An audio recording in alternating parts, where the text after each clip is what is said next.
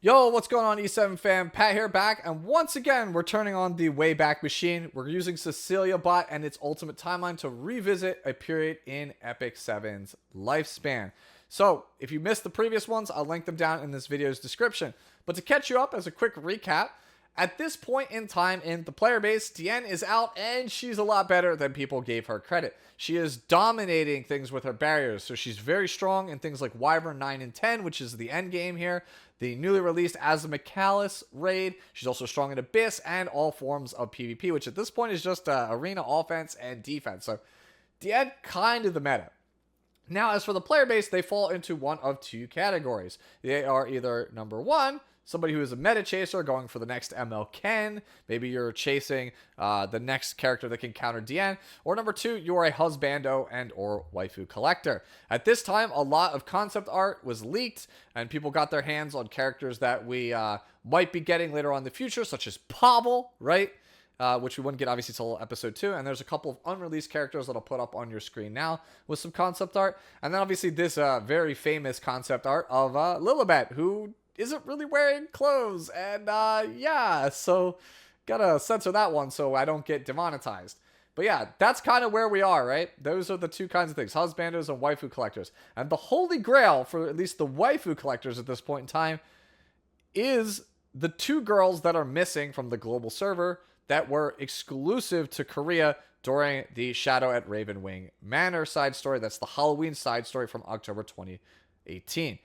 That side story introduced Haste, who was a non-limited character that you could not roll for and only pick up on the Covenant Summon, which is not a good proposition because at this time, there are no 3, 4, or 5-star Moonlight heroes in the Covenant. You can only get RGB characters and artifacts. So getting him, kind of a crapshoot unless you're insanely lucky. And then obviously the other two being the limited characters, Cirilla, who was the free side story character, as well as Luna, who is Luna, and we'll talk more about her in the very next video after this one. So people are chasing either their husband or waifu or meta, and then you have some overlap with characters like Judge Kise, who is very rare, is waifu, is pretty solid. And then you have Haste, who is husbando, and he's one of the better characters in the entire game at this point, and we'll talk more about him in the January 2nd patch. But for right now, we're going to talk about the December 26, 2018 patch, which gave us Kise.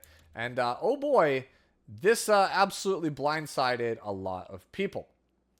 So, Judge Kise was very popular, but very rare, and most people didn't have access to her. At this point, pretty much every ML5 has an RGB counterpart. Kise did not. She was basically just an ML5, and if you wanted her, you just got to get lucky and get her. So having an RGB non-limited come out for Kise, kind of a big deal, right? At least for the waifu collectors. If we scroll down here and take a look at her kit, Full Moon Scythe, attacks with a scythe, damage dealt increases by 70% if target is covered by a barrier. So whether you're a waifu collector or not, this should send off alarms in your head because Diene is the meta, right? Barriers are everywhere. Kise is like the first character that's like, hey, we sold you Diene. She's a problem. Kise is the solution. So you felt obligated if you were a serious player that wanted to fight against Diene to try to roll for Kise just because of how good Full Moon Scythe is. You would use Nocturne and Kise's really high 114 base speed at this point in the game to reset somebody and then sit in stealth and go for Full Moon Scythe to break down their barriers and secure some kills. In fact, if we go back up here and take a look at her video, you'll see as we scroll towards the end here, especially if using Kise alongside heroes capable of show you debuff. Where is it? Yeah, here you go. Enter This is what you end up seeing when you watch it. But also be a threat even to enemies Just straight up deletes a character, right? Through barrier. So again, if you're a waifu enjoyer, Kise was already probably in your holy trinity, at least for people who prefer the more endowed waifus. She was already probably in your top 3. So seeing an RGB character like her show up, kind of a big deal. Her also being good against Diene, kind of a big deal. What wasn't a big deal, at least at this point, was the banner, or the artifact that was new on her banner. That's Alexa's basket. This thing is awful at launch. Look at it. 20 to 40% chance, so basically 30% chance if you are somebody who doesn't get a bunch of multiple copies, to grant regular attack buff and critical hit chance to the caster for 1 turn. This thing was considered atrocious. Like, you rolled for Kise, but her artifact, our Alexa's Basket, was not good on the character. I remember I pulled like 5 or 6 copies of Alexa's Basket before I ended up getting Kise. Remember, no pity on RGB 5 stars at this point in the game. And I remember feeling so discouraged because it was just such a bad artifact that I was like sitting here going, what am I ever going to do with all of these Alexa's Baskets, right? So there's that. Now, if we scroll down here as well, you can see this is the patch where Kise came out that they also gave us the Hell Raid for Azumakalis. This is a pretty big deal. Now, it would reset weekly, not monthly like you're probably used to nowadays, and it only came with 1 boss, which I'll scroll down here, Devourer Arahakan, right? This is the only boss, and then we had obviously Carcanus in the regular version, so 2 bosses in normal, 1 boss in Hell Raid is how it released, and when you beat him, you ended up getting Queen's Guard badges, which would obviously be able to be used to purchase either the Greater Azumanis Fighter's Dagger or the Greater Azumanis Fighter's Armor. And remember, you can't get immunity any other way than Labyrinth at this point. There is no Azumanic hunt, so this is your only way to get immunity if you actually want immunity as a subset, right? But keep in mind, these 2 pieces of armor in 2024 are still played even now, right? These things are some of the best pieces of gear we've ever gotten in Epic 7. These things would be the best pieces of gear on your account for years. So it was a pretty big deal to try to be able to beat, what's his name? Arakan down here, right? Try and beat him every single week so you could pick up your 2 or 3 of your Queen's Guard's currency. So that way, in 4 to 5 weeks, you could purchase one of these Greater Azumanis actual pieces of gear and start progressing your account with something that was way more powerful than anything you were farming in Wyvern 9 or Wyvern 10 at this point in time. So that's a pretty big deal.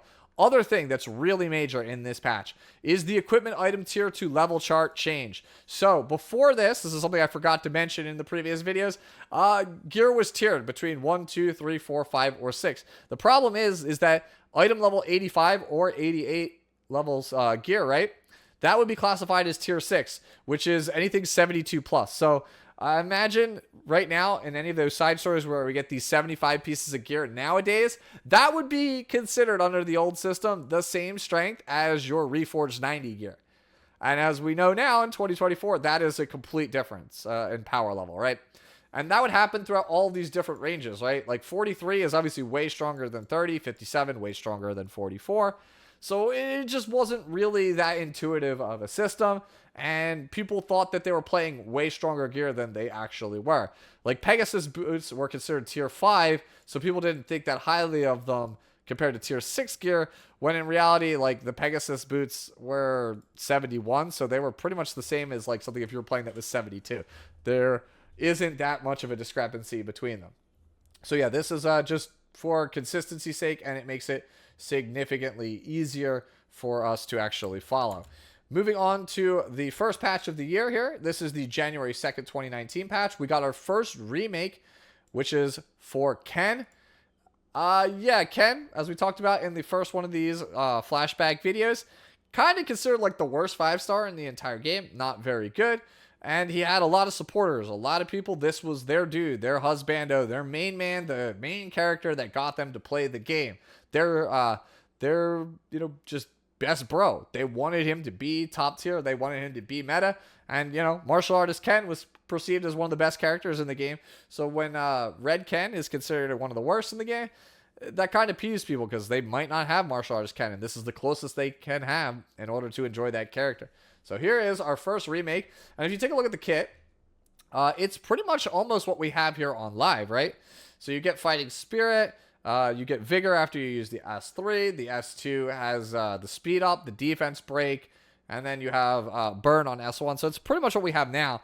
But even after this change, only the diehard Kens, I feel like, really played the character. He still didn't really see that much usage. Like, he's usable, but not many people were actually using him. It wasn't until we got Ancient Inheritance way down the line that people would actually start using this character. So yeah, remake, in retrospect, kind of decent, but nobody really used Ken for the next like 2 years or so. So nothing really, really crazy. Christmas side story finishes up. Here we go. In the last video, we talked about challenge was what we had before Hall of Trials. It's what you farmed in order to get charms. They gave us Cirilla's challenge. This was the ray of hope for the waifu enjoyers, right?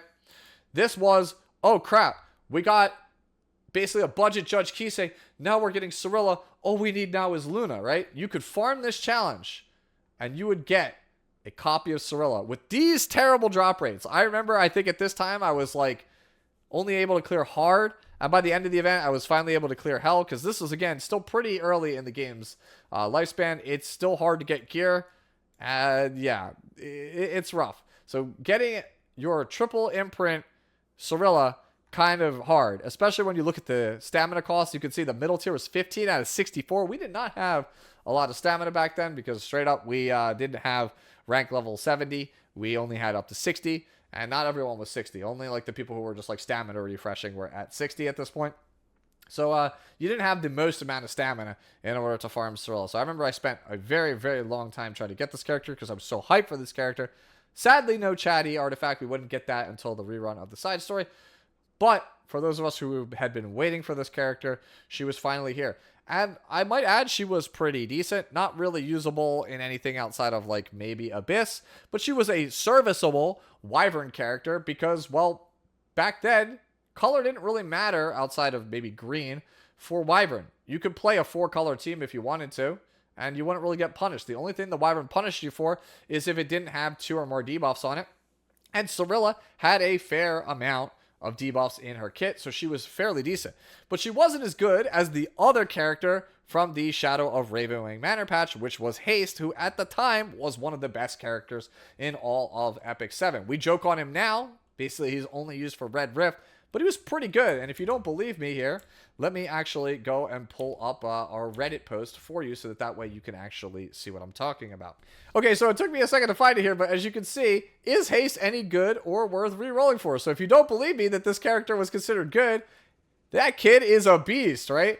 In the end game, Golems and Wyvern farm becomes very important. Haste is the most OP unit for that, right? Is he good? Yes. Bit of a glass cannon, but he inflicts bleed damage frequently, which is useful. And his third skill is an AoE attack that's quite good. He ends up as MVP in a lot of PvE and PvP battles. So yes, there you go. Haste, actually good at the start. And it makes sense, right? Because back then, to 6-star units, you had to bring a white and a yellow Phantasma for you, or with you in Adventure. That was the best way for you to actually farm and get characters to 6 stars efficiently. He has an AoE attack, has 120 base speed when we can't really get speed boots, has good base modifiers when people don't have great equipment, and he has Vampiric Touch, which gives you some actual healing. So you can very reliably 2-man a lot of Adventure with him. His damage multipliers, again, pretty good for low gear. So he seems like he hits really hard compared to the rest of the cast because there's a high skill floor in terms of damage. And again, you need 2 or more debuffs on Wyvern. So he was basically like the best Wyvern character in the entire game. He gave you sustain, which meant you didn't really need to go as hard on a healer. And you could just play him, rely on his bleed stacks, and he would just basically see you through the entire fight. So yes, Haste, very, very strong at the start of Epic 7's lifespan. Cirilla, kind of like a budget option if you needed something for Wyvern back in the day. Moving on to the January 9th, 2019 patch, we have ML Bellona, which is another character that put your bookmarks in danger if you were somebody who was in the Luna Wen save for Luna crowd. Let's take a look real fast and see what Bellona actually has going here. Bellona is the daughter of a noble Ezran family. She ran away from home after refusing to be forced into an arranged marriage. After joining the Phantom CIC, she appears to be much more satisfied with her life. She can fight as many strong enemies as she likes to hone her skills. Even to this day, but even back then she was still a very popular character. Razorwind fan. So watch this. So Razorwind fan, AoE defense break, same as you know it now. The defense of all but enemies. That's a big deal because we don't really have much of these back in the day. Butterfly immunity fan. on this, pretty big Butterfly deal. Again, is no an immunity attack stats, skill right? that grants immunity. Now here is the damage big one. dealt Is actually on the increases with S1. The more S1 is what sent people into a tizzy over this guy. Windbreak Fan. Damage Windbreak dealt Fan is a proportional to basic the enemy's max health. Damage Daydream dealt is Joker proportional on to an the enemy's S1. max health, This character is going and to be can use all insane for focus hunts to activate and Razor insane Wind Fan, for decreasing Abyss. the defense of all enemies. Now, watch this. This is the ultimate bait and switch. So, notice that we are in Banshee. I told you, Banshee is very difficult. Not many people can clear it here. So, having somebody with a built-in DDJ with an AoE defense break seems very strong for Banshee. This is the character you want to pull if you're trying to go for Banshee. And here is our limited Diene, right? Who I told you, very strong in a lot of hunts. But who's this in the back? This is false advertising. You can't have this character in global. NA and European players don't have this character. This is Luna. What are we doing here, Smilegate? Luna is in this video. So this was like the ultimate bait and switch, because here's a character that is perfectly positioned to help you clear the content that you were looking for. She's got type advantage against the terror of the format, so maybe she might be good in PvP. But the character you're saving for is in the same video. What if she's next week? What if she's 2 weeks from now? What are you going to do? So you could see Smogate was a little bit crafty during this time period, because Diene was the meta, so they sold you a waifu that was good against busting barriers in Kise.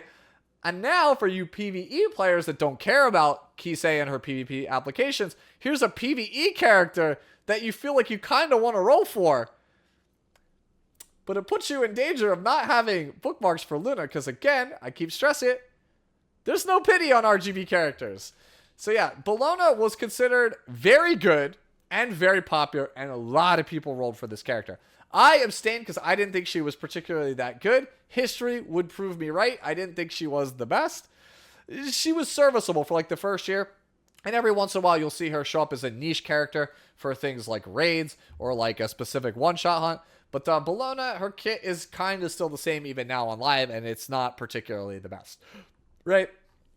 Iron Fan, by the way, also on this banner.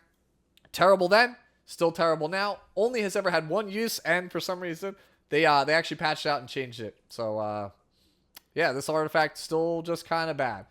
Scrolling down here.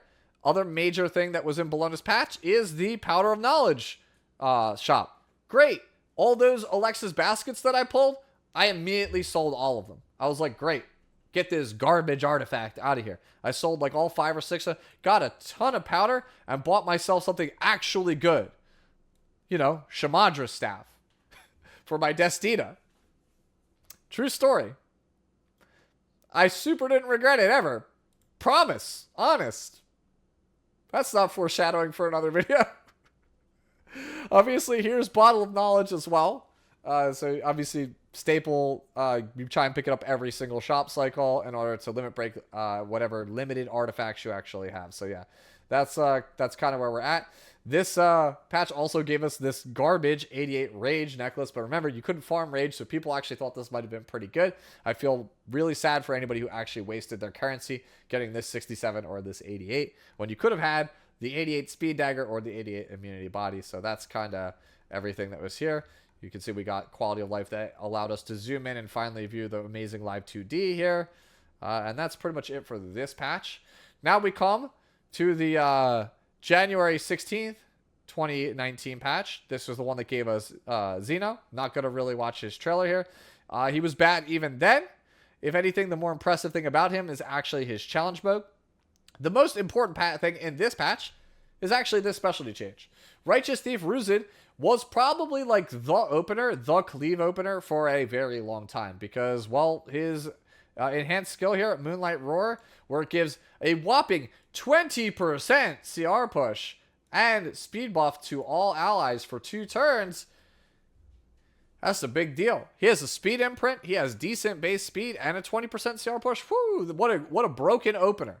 So this was basically like the arena defense character for a very long time, for probably like almost a year, until we went into the dark times of Bellona, which we'll talk about again in another video. But yeah, Righteous Thief Ruzid was considered another banger of a specialty change. First, we had Falcon or Clury, nuts. Commander of the Arena, nuts. Ruzid, nuts. So now just the expectation is that all of your specialty changes are just going to hit. They're going to be some of the best characters in the game because everyone has access to them. They feel really powerful, like a Moonlight 5-star right off the jump. So yeah, again, Righteous Thief Ruzid, really, really good specialty change for at least like 6 to 9 months after this thing actually came out. So very, very, very, very strong specialty change. Nowadays, most new players, you probably don't even think anything when you look at Ruzid. You're like, he's a garbage character. But again, there was a time for like at least like 9 months or so where Righteous Thief Ruzid was that dude. He was one of the best arena characters in the entire game. Now, the more impactful thing, more important thing, I should say, about Zeno, challenge Arrogant Zeno. This was insane. Aside from Abyss, this might be one of the most difficult pieces of content that I can ever remember. People talk about like release Automaton Tower.